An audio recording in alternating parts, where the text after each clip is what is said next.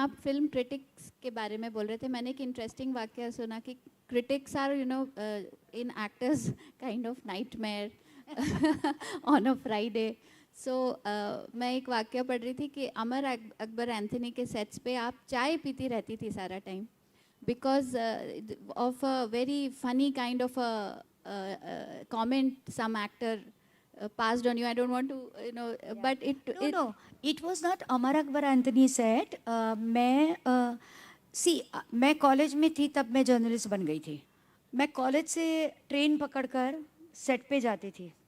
तो उस दौर में सारे स्टार एक्टर ऐसे कहते थे, अगर हमने उनके सेट पे कुछ खा लिया तो वो लोग कहते थे कि ये, फिर हम उनके बारे में अगर अच्छा नहीं लिखते थे तो वो लोग ऐसे कहते थे, तुम लोग नमक हराम हो, हमारा नमक खा के हमारे बारे में. ये सेंटेंस मुझे बोलना अच्छा नहीं लग रहा. नहीं, बिल्कुल बोल सकते हो आप, कुछ भी बोल सकते हो. मुझे कुछ भी सुनने की आदत है. तो मुझको तब समझ में नहीं आता था कि ये, तो हमको एडिटर ये कहते थे कि हो सके तो कहीं पे खाना मत खाना. अब क्या है, लिमिटेड पॉकेट मनी होती थी कॉलेज में, माँ बाप जितना अफोर्ड कर सकते वो देते थे. तो कॉलेज में जितना कुछ खा के फिर ट्रेन में बैठो, फिर वो स्टूडियो में जाओ, फिर वो जो स्टार फ्री हो तब आपको इंटरव्यू दे. तो एक छोटी 22 साल की लड़की कितनी देर तक भूखी रह सकती है? न जेब में पैसा है, ना आप बोल रहे हो कि उनके यहाँ कुछ खा सकते हो. तो फिर मैं चाय पीती रहती थी कहीं भी जाती थी तो, कि ताकि भूख मर जाए.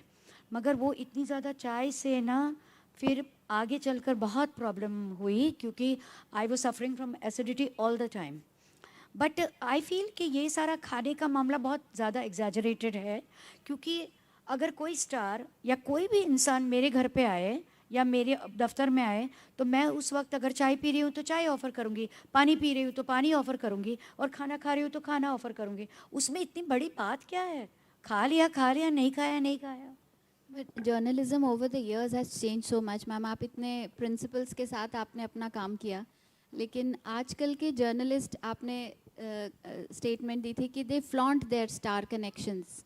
So do you see that kind of change in journalism, or journalism in general, or film journalism? What is the kind of change do you see over the years? No, I don't think that I said that they flaunt their relationship with the stars, because I think today's generation has no relationship with the stars. Today's journalists just meet actors before a movie release and in groups at press meets.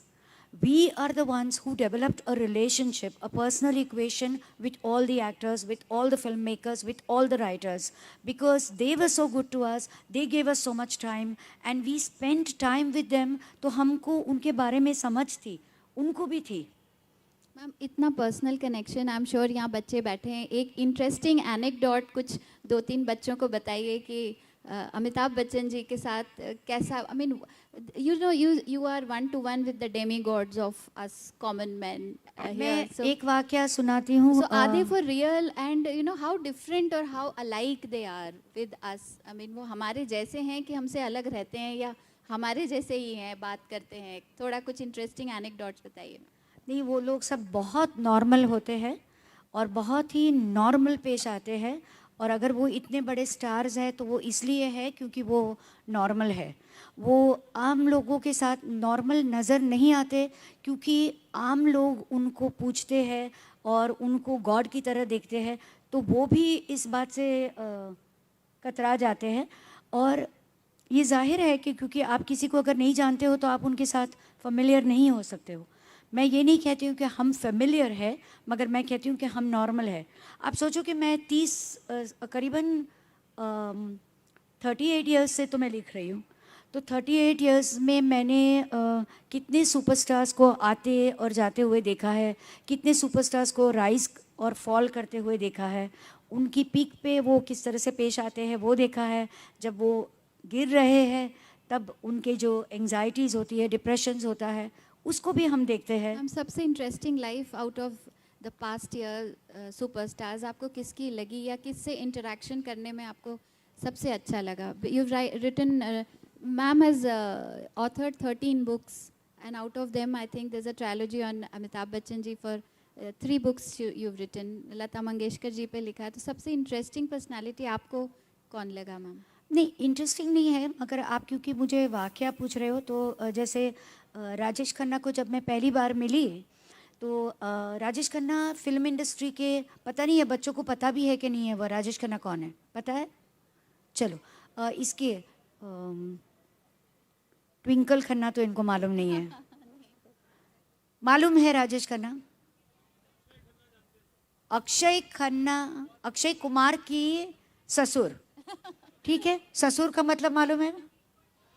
चलो, तो राजेश खन्ना से जब मैं मिली तो Rajesh Khanna was considered a very very difficult actor.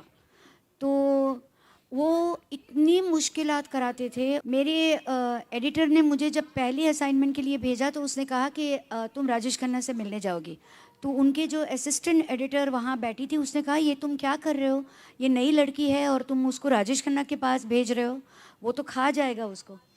तो मेरे editor ने कहा कि नहीं, पहले ही इंटरव्यू में उसको राक्षस के पास भेज देना चाहिए, क्योंकि या तो राक्षस उसे खा जाएगा या तो वो राक्षस से संभल जाएगी, और अगर ये राक्षस से संभल गई तो वो जर्नलिज्म में संभल जाएगी। तो मैं जब वहाँ पहुँची तब वो डबिंग कर रहे थे और कोई कैंटीन से खाना मंगाया था। तो वो खाने की जब ट्रे आई वहाँ, तो उसने दरवाज़ा खोल दिया तो काका जी ने इतना ज़ोर से डांट दिया कि उसके हाथ से वो ट्रे गिर गई और वो कांपने लगा। फिर बाद में काका जी बाहर निकले और उन्होंने कहा कि जब बाहर लाल लाइट है तो तुमको अंदर नहीं आना चाहिए। तो उसको डांट रहे थे तो मैं इतनी घबरा गई कि मैं कहीं छुप गई पिलर के पीछे। फिर उसने ऐसे देखा और बोला वो पिलर के पीछे कौन छुपा हुआ है? तो मैं डर के मारे बाहर निकली। तो उसने कहा कि कौन हो तुम और क्या कर रही हो यहाँ? तो मैंने कहा कि मैं नई जर्नलिस्ट हूँ और मुझे आपको इंटरव्यू के लिए भेजा गया है। तो उसने कहा कि कौन से स्टेट से बिलोंग करती हो? तो मैंने कहा गुजरात। तो उसने कहा तब तो तुम मेरी साली बन गई। तो तब से उसने मुझे अपनी साली बना लिया और हर बार मुझे इंटरव्यू के लिए बुलाते थे। और उसका आखिरी इंटरव्यू जब वो बीमार थे और तब भी मैंने किया था, जब उनका टाइम अच्छा नहीं था, जब उनके घर पे उनके जन्मदिन पे कोई फूल नहीं आते थे, तब भी मैंने किया है। अमिताभ बच्चन की जब मैं किताब कर रही थी तो मुझको टेक्नोलॉजी से बहुत डर लगता है और मुझे टेप रिकॉर्डर और वो सब इस्तेमाल करना बहुत अच्छी तरह से आता नहीं है। तो उनके बड़े कमरे में, ऑफिस के कमरे में बड़ी मेज़ पर यहाँ पे वो बैठते थे और सामने मैं बैठती थी और टेप रिकॉर्डर को मैं उनके पास रखती थी ताकि आवाज़ ठीक तरह से आए, और वहाँ सामने बैठकर मैं नोट्स लिखती थी। तो 15 मिनट वो टेप ख़त्म होने के पहले, क्योंकि मैंने 3 किताबें की है तो बहुत सारी टेप्स होती थी, मुझे टेंशन होने लगता था क्योंकि वो ए और बी कैसेट का मुझे समझ में नहीं आता था and I didn't want to overwrite the cassette. तो मैंने उनसे कहा जैसे ही वो टक आवाज़ आती थी तो मैंने कहा कि आप प्लीज़ पलटा देंगे। तो पहली बार उन्होंने पलटा दिया, फिर दूसरी बार भी जैसे ही वो टक आवाज़ आई तो मैंने कहा आप प्लीज़ पलटा देंगे धीरे से। तो उन्होंने कहा ये आप मुझे बार बार पलटाने के लिए कैसेट जो कह रही हो, आपको क्या लग रहा है अभी तक मुझे समझ में नहीं आया कि तुमको आता नहीं है? तो बहुत शार्प है, बहुत थॉटफुल है, समझते हैं, एक सेकंड में आपको परख लेते हैं और उनको ये इस बात समझ में आ जाती है कि इसको क्या आता है क्या नहीं आता है। जैसे पहली किताब जब मैंने उन पर लिखी थी तब मैंने किताब प्लान नहीं की थी। तो 90s में क्या था कि कंप्यूटर आया था, हम लोग सब कंप्यूटर 90s में सीख रहे थे। तो और अमिताभ बच्चन ने 15 साल जर्नलिस्ट से बातें नहीं की थी क्योंकि उन पर एक बैन था। तो 90s में उन्होंने ये बैन लिफ्ट किया था। तो मीडिया वाले उनको मिलकर उनसे इंटरव्यू करके बहुत खुश थे और वो भी बहुत प्यार से सबसे मिल रहे थे। तो एक दिन मेरी सेक्रेटरी ने मुझे कहा कि ma'am please don't do any more interviews on Amitabh Bachchan. तो ऐसे क्यों, क्या हो गया? तो उन्होंने कहा कि Amitabh Bachchan, mister Bachchan, A B, big B, सारे नाम के फाइल्स मैंने बना लिए हैं। अभी मुझे नेबर्स के नाम पे मैं उनकी फाइल्स को सेव कर रही हूँ। तो मैंने कहा नहीं नहीं, मैंने कोई इतना कुछ उन पर नहीं लिखा है। फिर उसने मुझे सब निकाल के दिया, फिर मैंने उसका विज़िट किया, री राइट किया और मैंने उसको एक क्रोनोलॉजिकल ऑर्डर में किया। तो मेरे पब्लिशर जो थे उन्होंने कहा कि ये तो एक पूरी किताब बन गई है। तो उसने कहा कि तुम ऐसे करो, एक डमी बनाओ, हमारे पास सारी तस्वीरें हैं, और उस डमी में सारी तस्वीरें डालो और उनको दिखा दो तो ये एक किताब बन सकती है। तो मैं जब उनके पास गई उनको मिलने, और मैंने कहा कि मैंने आपके साथ जितने इंटरव्यूज़ किए हैं उसकी मैंने इस तरह से एक किताब जैसा कुछ बनाया है, तो मैंने देखा कि उनका चेहरा गिर गया। तो मैं समझ गई कि उनको अच्छा नहीं लगा, क्योंकि जब उन्होंने बैन लिफ्ट किया था तो I was the first journalist he spoke to, and it was obvious that he trusted me the most. तो मुझे लगा कि उनको लगा कि मैंने तो इन पर कितना विश्वास करके इतने ज़्यादा इंटरव्यूज़ दिए, और इसने तो एक किताब बना डाली। तो मैंने उनसे कहा कि मैंने प्लान नहीं किया था, ये सारे बिखर न जाए, इसलिए मैंने एक साथ में कर दिया था। आप इन्हें घर ले जाइए, आप इनको पढ़िए, और अगर आपको कहीं भी लगता है कि मैंने आपके साथ नाइंसाफ़ी की है या आपने ये बात नहीं कही थी और मैंने अलग तरीके से, गलत तरीके से लिखा है, आप उनको डिस्ट्रॉय कर दीजिए। और मैं, एक ही कॉपी है मेरे पास, और मैं इसको कंप्यूटर से भी डिलीट कर दूँगी। मैंने इनसे कहा कि सिर्फ 1 लाख शब्द है, 1 लाख शब्द मैं 1000 बार दोबारा लिख सकती हूँ, मगर मैं आपके विश्वास या किसी के विश्वास को मैं धोखा नहीं दूंगी, क्योंकि ये मेरे माँ बाप के परवरिश की बात है। तो वो लेकर गए घर, उन्होंने पढ़ा, उनकी पत्नी ने पढ़ा, और 4 दिन के बाद उन्होंने फ़ोन किया और कहा कि तुमने बिल्कुल सही कहा था, ये बिल्कुल सही तरीके से लिखा गया है, तुम जो चाहे कर सकती हो। फिर मैंने कोई जल्दबाजी नहीं की किताब की, जब किताब की किस्मत खुलती है तब किताब लिखते हैं, और जब किताब का समय आता है तब किताब रिलीज़ होती है। मैम, राइटिंग के ऊपर the book, as I asked you earlier also, what is closest to your heart of all the things you do? Now you're doing radio also, हम आपको रोज सुनते हैं. So what is, which connects yourself with yourself, that what is the thing which you like to do, and what kind of films do you like the most? These are the questions I would like to wind up with.